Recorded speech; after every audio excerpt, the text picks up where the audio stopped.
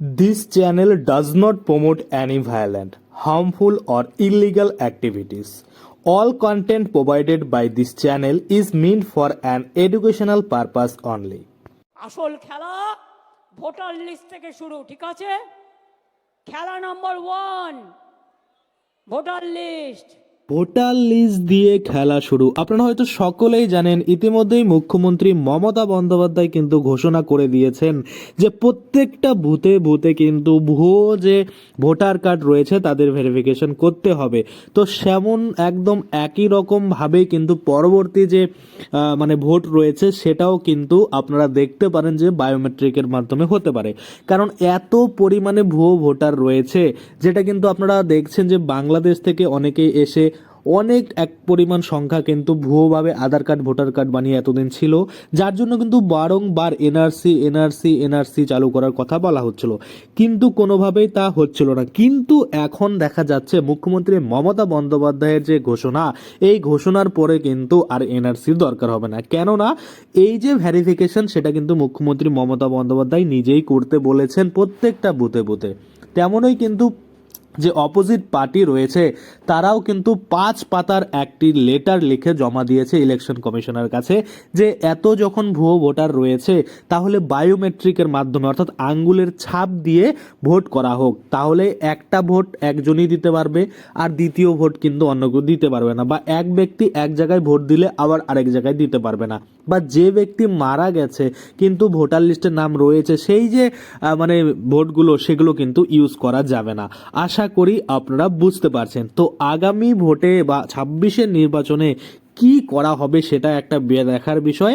এবং এই এনআরসি যে করা হচ্ছিল, এনআরসি না হতেই কিন্তু এনআরসি শুরু হয়ে গেছে। কেমন দিল্লিতে ইতিমধ্যেই কিন্তু বাংলাদেশিদের পাকড়াও শুরু হয়েছে। কেমন বস্তিতে যাওয়া হচ্ছে, যেখানে গিয়ে দেখছে যারা বসবাস করছে তাদের জিজ্ঞাসাবাদ করা হচ্ছে তাদের অরিজিন কোথায়, অর্থাৎ কোথা থেকে এসেছে, লিগাল ডকুমেন্টস দেখাতে। যদি কোনো ডকুমেন্টস দেখাতে না পারে সেক্ষেত্রে কিন্তু পুশব্যাক করা হবে, কিকব্যাক করা হবে। আপনারা হয়তো সকলেই নিউজ দেখেছেন, আমেরিকাতেও কিন্তু তাই হয়েছিল, যে ইন্ডিয়ান যারা ছিল বা অন্যান্য দেশের যারা ছিল, যেখানকার যে ছিল প্লেনে করে হাতে পায়ে শিকল ধরে কিন্তু ছুঁড়ে ফেলা হয়েছিল, তেমনটাই কিন্তু গভর্নমেন্ট অফ ইন্ডিয়াও করতে চলেছে। যেসব ব্যক্তিরা অবৈধভাবে এতদিন ধরে আরামে বসবাস করছিল তাদের কপালে এবার কিন্তু দুঃখ রয়েছে, কারণ ইতিমধ্যেই অপারেশন কিন্তু শুরু হয়েছে দিল্লিতে। ধাপে ধাপে দেখবেন আপনারা অন্যান্য স্টেটে শুরু হবে এবং আমাদের পশ্চিমবাংলায় তো অবশ্যই শুরু হওয়া দরকার। আশা করি আপনারা বুঝতে পারছেন। এবার আপনারা আরও একটা জিনিস আপডেটেড থাকুন, যে 10 তারিখে যে একটা আইন সংসদে পেশ হতে চলেছে সেটাকে কিন্তু এনআরসি থেকেও করা বলা হয়েছে, যেটা নিয়ে আমি অলরেডি আপনাদের জন্য ভিডিও বানিয়েছি। তাছাড়া আপনারা আমার আগের ভিডিওগুলো দেখতে পারেন, যার আইনটার নাম দেওয়া হয়েছে দ্য ইমিগ্রেশনস অ্যান্ড ফরেনার্স বিল 2025। তো অবশ্যই সেটা দেখবেন, কারণ এনআরসি থেকেও করা ওই নিয়মকে কিন্তু বলা হয়েছে।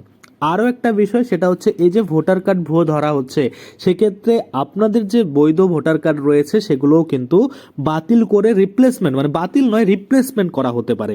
যে আপনি ধরুন লিগাল ভোটার, সেক্ষেত্রে আপনার যে ভোটার যে তথ্য যেটা বর্তমানে রয়েছে, এরকম XYZ অনেক ভোটার কার্ড রয়েছে, সেক্ষেত্রে কিন্তু ভুয়ো কোনটা ঠিক কোনটা বোঝা মুশকিল, যার জন্য কিন্তু আপনাদের যে ভোটার নাম্বার সেটাকে কিন্তু রিপ্লেস করা হতে পারে। তো ইলেকশন কমিশন কি স্টেপ নেয় সেটা নিয়ে আমি আপনাদের তো ভিডিও বানিয়ে দেখাবই।